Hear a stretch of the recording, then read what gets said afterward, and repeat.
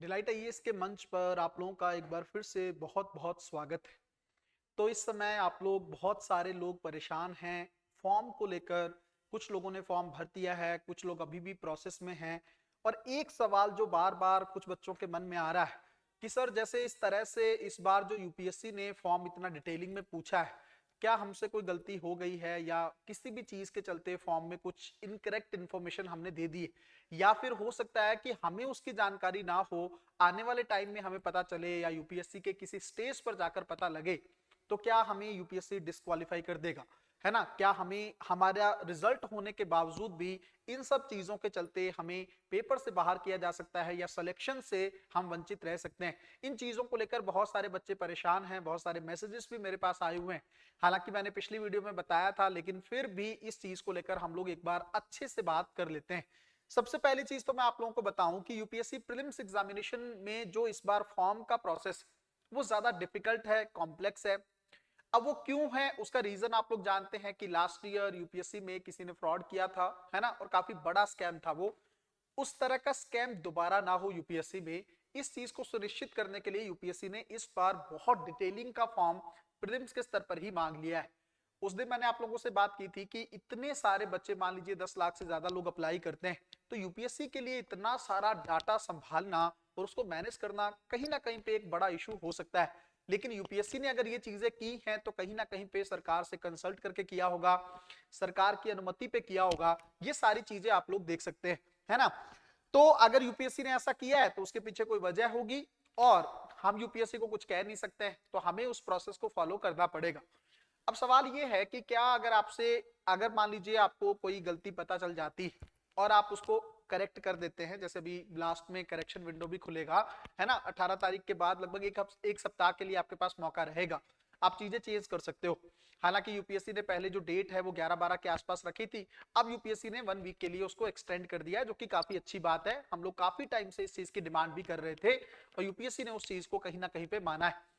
अब जो है आप लोगों के पास एक टाइम है कि फिर से फॉर्म को अच्छे से देख लीजिए, है ना? प्रॉब्लम आ रही है किसी बच्चे को फॉर्म में, तो आप दोबारा से फॉर्म भी अप्लाई कर सकते हो। कई बच्चे कह रहे थे कि सर इसमें कोई प्रॉब्लम हो सकती है, यूपीएससी कुछ दिक्कत कर सकता है। कुछ भी नहीं होगा। जो आप सेकेंड टाइम फॉर्म अप्लाई करते हैं उसी फॉर्म को कंसिडर किया जाता है ना? पहले फॉर्म को छोड़ दिया जाता है। तो आप लोगों को परेशान नहीं होना है, आप लोग फॉर्म भर सकते हो, उसमें दिक्कत नहीं। तीसरी चीज ये है, आप लोगों को इस चीज को लेकर समझना होगा कि मान लीजिए फॉर्म को लेकर आपके अंदर कोई गलती हो जाती है या कोई इश्यू हो जाता है और उसके बारे में आपको नहीं पता था, है ना? कई लोग तो जैसे जानबूझ के स्कैम करते हैं। अब देखिए, मैं आपको उस दिन भी एक बात बोला था कि अगर आपने स्कैम किया है तब तो देखो आपको सजा मिलनी भी चाहिए, चाहे वो 1 साल बाद मिले, पेपर के टाइम में मिले, या आगे चलकर किसी एक स्टेज पर पता लगता है कि आपने यूपीएससी के साथ झूठ बोला था, झूठे दस्तावेज दिखाए थे और उसके आधार पर आपने सर्विस ली है, तब तो सजा मिलनी भी चाहिए ना आपको, आप डिजर्व करते हैं। लेकिन अगर आपने कोई स्कैम नहीं किया है और आपसे अनजाने में कोई गलती हो गई, है ना, अनजाने में आपने कोई ना कोई मिस्टेक हो गई, नहीं पता चला आपको, है ना, और वहां चल के यूपीएससी जब सेकंड लेवल पे चेक करेगा या इंटरव्यू के टाइम पे जब आपका टेस्टिंग होगा, चेक किया जाएगा आपके सारे डॉक्यूमेंट्स को, उस टाइम पे पता चलता है कि आपने ये गलती कर दी है, ये चीज है, तो क्या सच में यूपीएससी आपको निकाल देगा बाहर? सबसे बड़ा सवाल यहीं पे। मैं आपको कई बार पहले भी बोला हूं, देखो यूपीएससी ना बहुत कोऑपरेटिव बॉडी। अगर आप देखेंगे भारत में संवैधानिक संस्थाओं में मुझे सबसे ज्यादा कोऑपरेटिव बॉडी जो लगता है वो यूपीएससी, है ना? तो सबसे पहले अपने मन को, दिमाग को ठंडा करिए, आप शांत करिए कि हम इसके बेस पे हमारा रिजल्ट रुक जाएगा, इसके बेस पे हमें सर्विस नहीं दी जाएगी, ये चीजें हैं।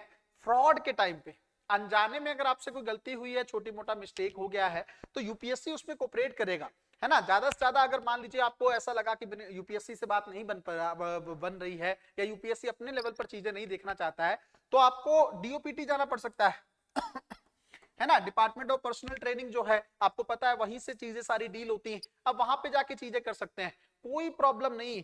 आपको अगर कभी ऐसा भी लगे कि यूपीएससी से मुझे बात करनी है, फोन पे मेरी बात नहीं हो पा रही है, आप दिल्ली आके यूपीएससी भवन भी जा सकते हैं, ऐसा भी कोई प्रॉब्लम नहीं, है ना? तो यूपीएससी में आप जा सकते हैं, बातचीत कर सकते हैं, वो लोग कोऑपरेटिव हैं, वो आपको सॉल्यूशन दे देंगे। ऐसा नहीं, इतना डरिए मत आप भारत के नागरिक हैं, है ना? और आप भारत में तैयारी कर रहे हैं, भारत की एक संवैधानिक संस्था है, वो संस्था आपको कोऑपरेट करेगी, वो संस्था बात भी करती है, सॉल्यूशन भी निकलेगा, जब तक आपने कोई स्कैम नहीं किया होगा। अगर आप अभी भी स्कैम कर रहे हैं, मैं फिर से कह रहा हूं ये चीजें मत करिए, क्योंकि एक लेवल पे जाके आपको दिक्कत का सामना करना पड़ सकता है।